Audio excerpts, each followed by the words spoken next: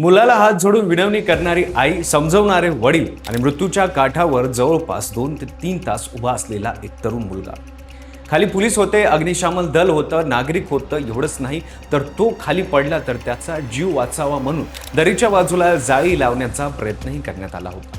प्रत्येकाची धडपड एकच होती, काहीही करा पण या मुलाला सुखरूप मागे आणा. आई कधी त्याच्यासमोर हात जोडत होती तर कधी त्याच्यासाठी स्वतःचं आयुष्य बदलण्याची तयारी दाखवत होती. वडील योग्य संधी मिळताच त्याला पकडण्याच्या तयारीत होते. उपस्थित नागरिक त्याला जगण्याची कारण सांगत होते. पण इतके प्रयत्न करत असताना अचानक काही सेकंदात परिस्थिती अशी बदलली की डोळ्यासमोर एका संपूर्ण कुटुंबाचं करुण अंत झाला. सगळ्यात आधी मुलगा आणि त्याला वाचवण्यासाठी पुढे गेलेले वडील खोल दरीत कोसळले आणि हे दृश्य पाहिल्यानंतर आईने ही दरीच्या दिशेला धाव घेतली. काही क्षणापूर्वी ज्या ठिकाणी एका मुलाचा जीव वाचवण्यासाठी एवढी मोठी धडपड सुरू होती, त्याच ठिकाणी आता एकाच कुटुंबातील 3 जण दरीत कोसळले होते. पण या घटनेची कहाणी फक्त त्या सेकंदाची नाही, कारण तपास आणि वृत्तांमधून समोर येणारी पार्श्वभूमी पाहिली तर अनेक प्रश्न निर्माण होतात. कुणाल त्या दिवशी खवड्या डोंगरावर का गेला? त्याच्या मनात नेमकं काय सुरू होतं? या सगळ्या मागे खरंच फक्त आयफोन होता का? आणि सर्वात धक्कादायक म्हणजे याच डोंगरावर याआधी त्याला वाचवण्यात आलं होतं का? चला समजून घेऊया 21 ऑगस्ट रोजी छत्रपती संभाजीनगरच्या खवड्या डोंगरावर नेमकं काय घडलं होतं. नमस्कार, मी पंकज, तुम्ही पाहताय कसं काय. ही घटना छत्रपती संभाजीनगरच्या तिसगाव परिसरातील खवड्या डोंगराची आहे. या घटनेत मुरलीधर दामोदर चांदगुडे, त्यांची पत्नी संगीता चांदगुडे आणि त्यांचा मुलगा कुणाल चांदगुडे या तिघांचा मृत्यू झाला. विविध वृत्तांमध्ये कुणालचे वय 18 ते 19 वर्षे सांगण्यात आले आहेत, तर वडील मुरलीधर यांचे वय 48 आणि आई संगीता यांचे वय 42 असल्याचं वृत्त आहे.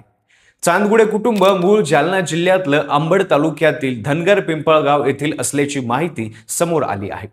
पुढारीच्या वृत्तांनुसार मुरलीधर सुमारे 15 वर्षापूर्वी कुटुंबासोबत शहरात आले होते आणि ट्रक चालवून कुटुंबाचा उदरनिर्वाह करत होते. चांदगुडे कुटुंबावर यापूर्वी मोठे संकट आलं होतं. काही वृत्तांनुसार त्यांचा मोठा मुलगा जवळपास 8 वर्षापूर्वी आजाराने गेला होता.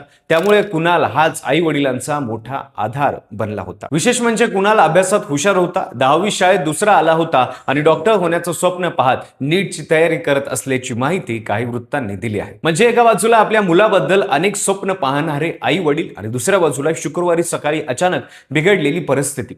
21 ऑगस्टच्या सकाळी घरात कुठल्या तरी कारणावरून वाद झाल्याची माहिती विविध वृत्तातून समोर आली. पण या वादाचं नेमकं कारण काय होतं, इथेच वेगवेगळ्या बातम्यांमध्ये फरक दिसतो. काही रिपोर्टमध्ये नवीन आयफोनच्या मागणीवरून वाद झाल्याचं म्हटलं आहे. काहींमध्ये आधी घेतलेल्या फोनच्या हप्त्याचा आर्थिक तणाव असल्याचं सांगितलं जातं, तर काही वृत्तांमध्ये खर्चासाठी पैसे देण्यावरून वाद झाल्याचं उल्लेख आहे. त्यामुळे केवळ आयफोन मिळाला नाही म्हणून हे घडलं असं सरळ निष्कर्ष काढणं योग्य ठरणार नाही. मात्र या वादानंतर कुणाल घरातून दुचाकी घेऊन निघाला आणि खवड्या डोंगराच्या दिशेने गेला. कुटुंबाच्या राहत्या ठिकाणापासून हा परिसर साधारण 20 ते 22 किलोमीटर अंतरावर असल्याचं सांगितलं जातं. तिथे पोहोचल्यानंतर त्याने आई वडिलांशी संपर्क साधला आणि लोकेशनही पाठवल्याची माहिती आहे. मुलगा खवड्या डोंगरावर असल्याचं कळताच आई वडील घाबरले आणि तातडीने त्याच्याकडे पोहोचले. पण डोंगरावर पोहोचल्यानंतर त्यांना कुणाल सुरक्षित जागी बसलेला दिसला नाही. तो खवड्या डोंगराच्या धोकादायक कठड्यावर उभा होता.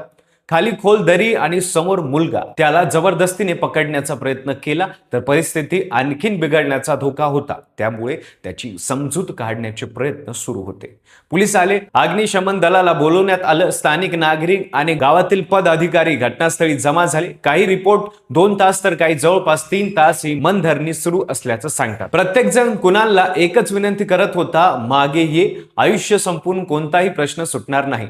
आई वडिलांकडे बघ. कुणाल कोणाचाही ऐकायच्या मनस्थितीत नव्हता. याच वेळी त्याची आई संगीता आपल्या मुलाला वाचवण्यासाठी अक्षरशः विनवण्या करत होती. काही वृत्तांनुसार कुणालचे वडिलांसोबत काही मतभेद असतील तर आपण दोघेच वेगळे राहू अशी तयारी आईने दाखवली. त्यासाठी तिने स्वतःचं मंगळसूत्र काढल्याचं वृत्त आहे. त्या क्षणी आईला फोन महत्वाचा नव्हता, वाद महत्वाचा नव्हता आणि बाकी काहीही महत्वाचं नव्हतं. तिला फक्त आपला मुलगा त्या कड्यावरून 2 पावलं मागे आलेला पाहायचं होतं. दरम्यान उपस्थित लोकही त्याला वेगवेगळ्या पद्धतीने समजावत होते. दुसऱ्या बाजूला अग्निशमन दलाने आणखीन एक योजना आखली होती. जर कुणाल खाली पडला तर निदान त्याचा जीव वाचवता यावा म्हणून डोंगराच्या खाली असलेली झुडपं बाजूला करून सुरक्षा जाळी लावण्याचा प्रयत्न करण्यात आला. पण इथे अडचण निर्माण झाली. कुणाल वारंवार कड्यावर आपली जागा बदलत असल्यामुळे जाळी नेमके कुठे ठेवायची हे निश्चित करणं कठीण होतं. पुढारीच्या वृत्तानुसार अखेरीस तिघे ज्या ठिकाणावरून खाली गेले ते जाळीपासून दूर होतं आणि खडकाळ भागात कोसळले. वर वेळ निघून चालली होती आणि प्रत्येक प्रयत्न अपुरा पडत होता. शेवटी वडील मुरलीधर यांनी स्वतः पुढे जाण्याचा निर्णय घेतला. एकुलता एका मुलाला आपल्या डोळ्यासमोर अशा अवस्थेत पाहून ते शांत बसू शकले नाहीत. ते हळूहळू कुणालच्या जवळ गेले. काही वृत्तांनुसार कुणाल त्यांना पुढे येऊ नका असा इशारा करत होता.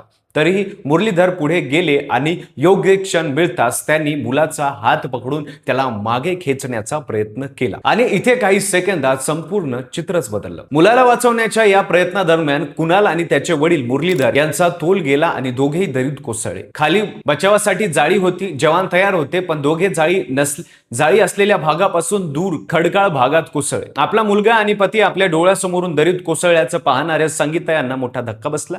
विविध वृत्तांनुसार त्यानंतर त्यांनी दरीच्या दिशेने धाव घेतली आणि काही कोसळल्या. हा संपूर्ण प्रकार इतका वेगाने घडला की घटनास्थळी असलेले पोलीस, अग्निशमन दलाचे जवान आणि नागरिक काही करू शकले नाहीत. ज्या मुलाला वाचवण्यासाठी जवळपास 2 ते 3 तास प्रयत्न सुरू होते, त्याच प्रयत्नाच्या शेवटच्या काही सेकंदातच एका संपूर्ण कुटुंबाचा अंत झाला.